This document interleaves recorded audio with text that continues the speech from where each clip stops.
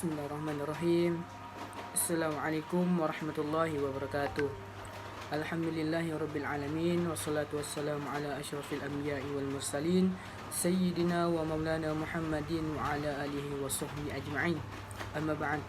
Kami dari kelompok 9 dengan materi pemecahan masalah yang beranggotakan saya sendiri Muhammad Faik Jul Baihaqi, Firman Syah dan Rizky Adrian Prayoga. Pemecahan masalah.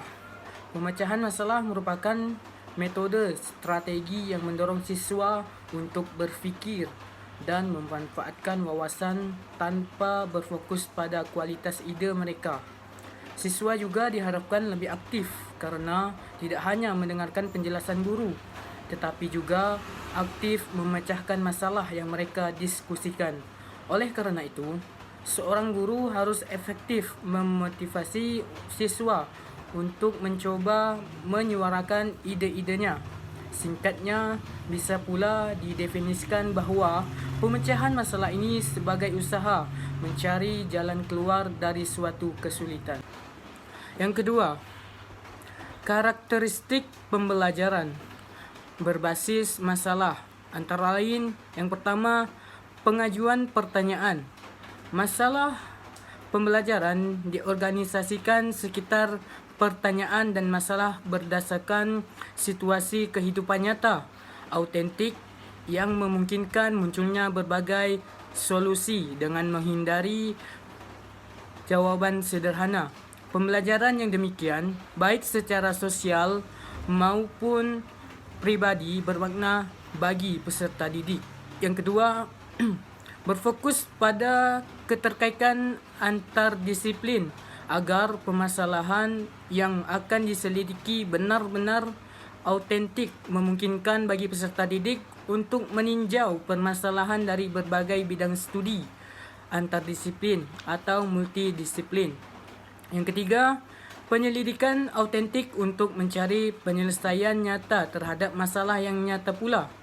Yang keempat, menghasilkan produk atau karya dan memamerkannya atau display. Pembelajaran menuntut peserta didik untuk menghasilkan produk dalam bentuk karya nyata atau artefak seperti transkrip debat, laporan model fisik, video dan program komputer, dan peragaan yang menjelaskan bentuk penyelesaian masalah yang mereka temukan. Oke, selanjutnya saya akan menjelaskan poin tujuan pembelajaran berbasis masalah dan hasil belajar.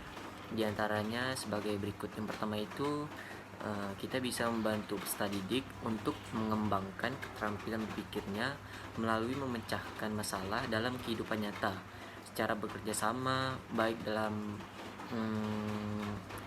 dalam kelompok maupun perorangan. Terus yang kedua ada pemodelan peranan orang dewasa. Nah, peserta didik ini dibantu untuk berkinerja dalam situasi kehidupan nyata dan belajar pentingnya mengambil peran orang dewasa. Selanjutnya yang ketiga, menjadikan peserta didik seorang yang otonom atau mandiri melalui bimbingan arahan. Dorongan ini untuk mengajukan pertanyaan. Kemudian selanjutnya di sini adapun kelebihan dari strategi pemecahan masalah itu sendiri. Kelebihannya itu bahwa peserta didik akan memperoleh bekal pengalaman yang amat berguna nantinya bagi kehidupannya kelak, karena perkembangan teknologi dan informasi akan menjadikan kehidupan banyak permasalahan yang menuntut pemecahan secepat mungkin. Lalu yang terakhir, kelemahannya di sini untuk strategi pemecahan masalah itu sendiri, khususnya bagi peserta didik yang kurang memiliki wawasan, maka peserta didik akan mengalami kesulitan dalam belajar dan memungkinkan menjadikan beban di antara temannya. Saya akan menjelaskan poin terakhir dari materi ini, yaitu pembelajaran berbasis masalah dilaksanakan dengan langkah-langkah. Yang A, mengorientasikan peserta didik pada masalah dengan cara yang pertama menginformasikan tujuan pembelajaran. Yang kedua, menjelaskan logistik yang diperlukan. Yang ketiga, memotivasi peserta didik agar terlibat pada kegiatan pemecahan masalah yang dipilih. Yang B, mengorganisasikan peserta didik untuk belajar dengan cara membantu peserta didik dalam mendefinisikan merumuskan masalah. Yang kedua, membantu peserta didik dalam mengorganisasikan tugas belajar dengan berhubungan masalah. Yang ke C, membimbing menyelidikkan individu maupun kelompok dengan cara mendorong peserta didik untuk mengumpulkan informasi yang sesuai dengan masalah. Yang kedua, mendorong peserta didik untuk melaksanakan eksperimen dalam rangka mendapatkan penjelasan dan pemecahan masalah. Yang D, mengembangkan menyajikan hasil karya dengan cara yang pertama, membantu peserta didik untuk mengumpulkan, merencanakan, dan menyiapkan karya yang sesuai dengan masalah, pendekatan, strategi, dan metode pelajaran. Yang kedua, mendorong peserta didik untuk berbagi tugas dengan temannya dalam rangka menyampaikan karya.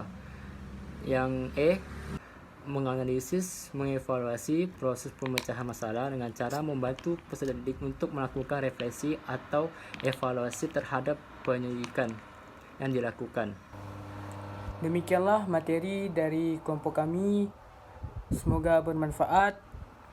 Lebih kurang mohon maaf. Wassalamualaikum warahmatullahi wabarakatuh.